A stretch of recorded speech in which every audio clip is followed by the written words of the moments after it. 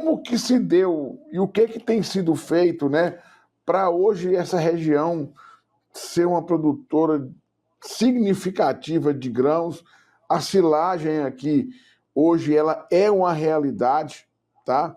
Porque também boa parte das pessoas também começam a trabalhar com integração lavoura-pecuária. Então, as fazendas que eram especificamente de pecuária começam a entrar com agricultura para recuperar a pastagem. Mas como que está hoje esse melhoramento do milho para esse fim? E depois eu queria que você falasse um pouquinho de como anda o nosso famoso e extremamente útil aí, o sorgo. Como é que anda, principalmente com essa questão de clima, que cada vez mais a gente tem tido em algumas regiões às vezes o período encurtando, dependendo aí se é laninha, se é el ninho. Como é que anda o sorgo hoje em relação ao milho? Perfeito. Essa é uma questão interessante porque os milhos do Brasil Central eram milhos mais tropicais. Os milhos tropicais não tinham muito teto produtivo, né? Até o professor Fancelli fala um negócio interessante, que é o fenômeno da partição genética, né? Quando você lida com um ambiente inóspito, ou cheio de doença, cheio de praga, a planta gasta mais energia para se defender do ambiente e expressa menos potencial para grãos, né? E, de fato, o milho temperado, o milho do sul, né, que é mais puxado temperado, e as regiões de altitude, que já são naturalmente regiões temperadas, os milhos são muito mais produtivos. Mas o que aconteceu com a pesquisa nos últimos anos, né? Vamos colocar aí nos últimos 15, 20 anos.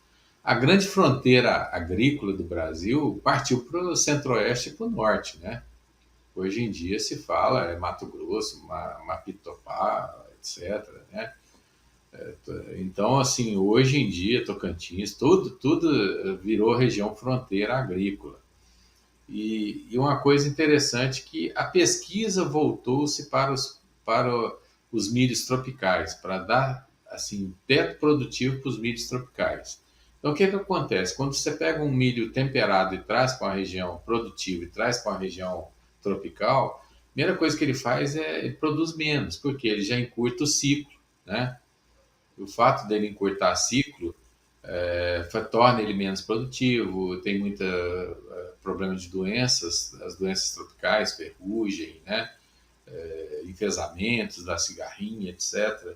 Então, hoje em dia, a pesquisa voltou-se a trabalhar com esses híbridos tropicais e puxando esse lado de teto. Principalmente, eu lembro que um pesquisador falava comigo, falou, mas o que eu faço hoje? Os milhos, a gente tenta ter milhos de enchimento de grãos mais lento, para suportar que a tendência é encurtar ciclo, então a gente tenta deixar o ciclo muito parecido com as regiões temperadas, pega os milhos tropicais e deixa eles com um ciclo mais lento de enchimento, para dar tempo de acumular mais carboidrato. E aí, hoje em dia, rapaz, eu fico muito satisfeito, né, depois desses anos todos de pesquisa. Tem produtores aí, né, na região Nordeste, na região Norte, que colhe aí 50, 60 toneladas por hectare de silagem, colhe 180 sacos, 200 sacos por hectare de milho, tem capacidade para isso. E hoje tem uma outra linha além dessa, né? Que além de ter tropicalizado os milhos, né? Ter dado teto produtivo aos milhos tropicais, que foi a grande evolução da pesquisa dos últimos anos, tem um pessoal hoje também procurando, pesquisando híbridos para ir melhor na safrinha. Então, o milho, por exemplo, pra vocês terem ideia, eles têm todo milho é protândrico, né? O que significa isso? O pendão vem na frente do cabelo da espiga, normalmente. Então, quem conhece muito de milho sabe que o milho pendoa antes da espiga soltar o estilo-estigma lá, que é o cabelo. E normalmente tem essa defasagem aí de 2 dias, mais ou menos, 2, 3, 4 dias. E aí, quando dava uma seca, o pendão praticamente adiantava, a espiga atrasava, então quando liberava o pólen, não tinha mais cabelo viável ali para poder fazer a polinização. Então, ocorria aquelas falhas de granação, né? Qualquer seca, o milho sentia muito qualquer seca. Hoje se inverteu isso, está trabalhando mais protogenia, por exemplo. Então hoje você pode ver que o pendão e o estigma estão muito próximos um do outro, e há casos até que o estigma sai na frente do pendão, né? Então esses milhos assim são interessantes porque o milho é muito sensível à temperatura, né? Qualquer temperatura alta ele adianta o ciclo. Então isso aí melhorou muito aquela questão do sincronismo. Então não importa se vai estar mais seco ou mais quente, aí sempre vai estar andando mais próximo o estigma da liberação do pólen e você consegue a granação até numa região, né? Assim, por exemplo, de safrinha, que é mais desafio, que as chuvas são mal distribuídas, ou numa região mais seca.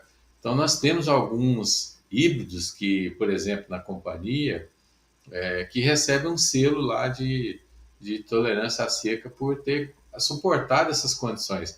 A nossa unidade de Palmas aí no Tocantins, da Corteva, né, trabalha bem isso aí. A gente tem uns ensaios aí onde a gente simula, né, esses ensaios são irrigados, então a gente corta a irrigação para ver qual a linhagem ou qual o híbrido que suporta mais essas condições de desafio, temperatura alta, enfim. Então a gente faz esse tipo de trabalho e isso aí andou muito, né? As empresas, de uma maneira geral, hoje nós temos disponível aí materiais genéticos para ter boas produtividades no norte, assim como a gente tem aqui na região leste e região sul. Canal Agroverdades, o agronegócio passado a limpo. Apoio Agrominas.